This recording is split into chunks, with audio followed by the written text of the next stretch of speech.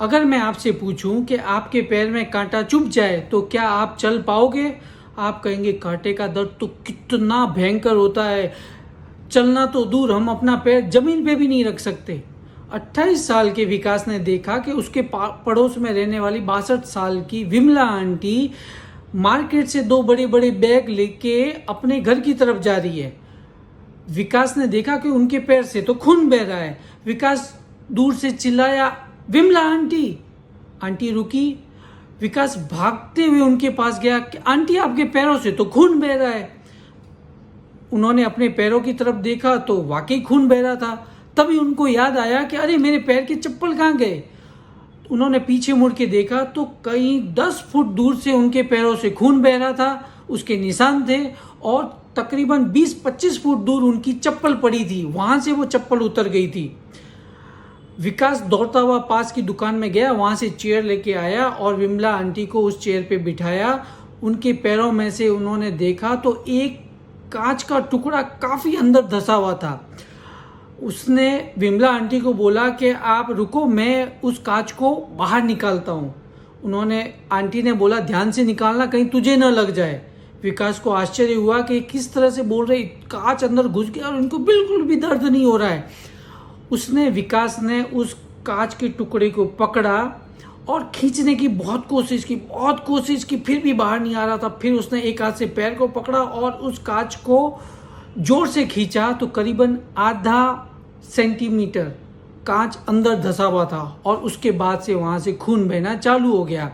विकास ने वहां पे पड़ोस में से कुछ कॉटन लेके वहां लगाया और उसके ऊपर अपना रुमाल बांधा और अपनी बाइक पे बिठा के तुरंत पास के सर्जन के पास लेके गया।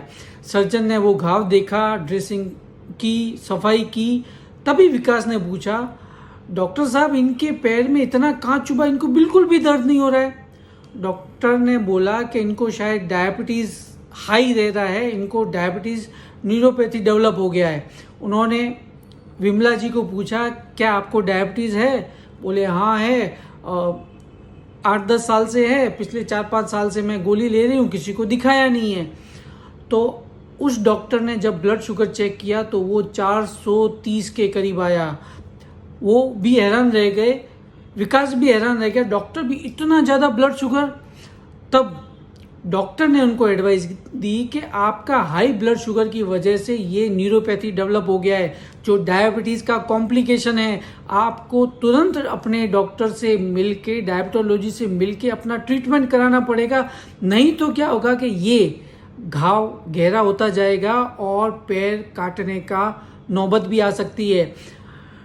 एक्सीडेंट के बाद सबसे ज़्यादा पैर काटे जाते हैं वो डायबिटिक न्यूरोपैथी के हिसाब से काटे जाते हैं।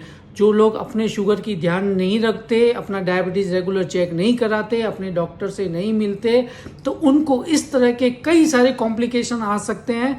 तो विमला जी को ये पैर का कॉम्प्लिकेशन आया है, तो इस घाव को ड्रेसिंग करके रेगुलर एंटीबायोटिक लेके ठीक करना पड़ेगा। और साथ में अगर डायबिटीज़ को ट्रीट करके न्यूरोपैथी को ठीक नहीं किया तो ये बहुत बड़ी प्रॉब्लम आ सकती है। तो डॉक्टर के कहने के बाद में वह विकास आंटी को घर लेके गया और फिर डिसाइड किया कि वह डायबिटोलॉजिस्ट के पास उनको लेके जाएगा और उनका प्रॉपर डायबिटीज़ को कंट्रोल में कराएगा। अगर आपके पास, आपके रिलेटिव में, आपके फैमिली में किसी का ब्लड शुगर हाई रहता है और वो ये मानता है कि मुझे तो कुछ नहीं है, तो डायबिटीज़ धीरे धीरे कॉम्प्लिकेशन को डेवलप करता है। तो अगर किसी का ब्लड शुगर कंट्रोल नहीं है तो अपने डायबिटोलॉजिस्ट के पास जाके ये देखें कि और कहीं कोई कॉम्प्लिकेशन तो नहीं हुआ है ना। डायबिटीज़ को खाली नंबर ना मानते हुए डायबिटीज़ कॉम्प्लिकेशंस के ऊपर ध्यान दीजिए, सारे ऑर्गन्स की जांच कराइए और हेल्दी रहिए। नमस्ते।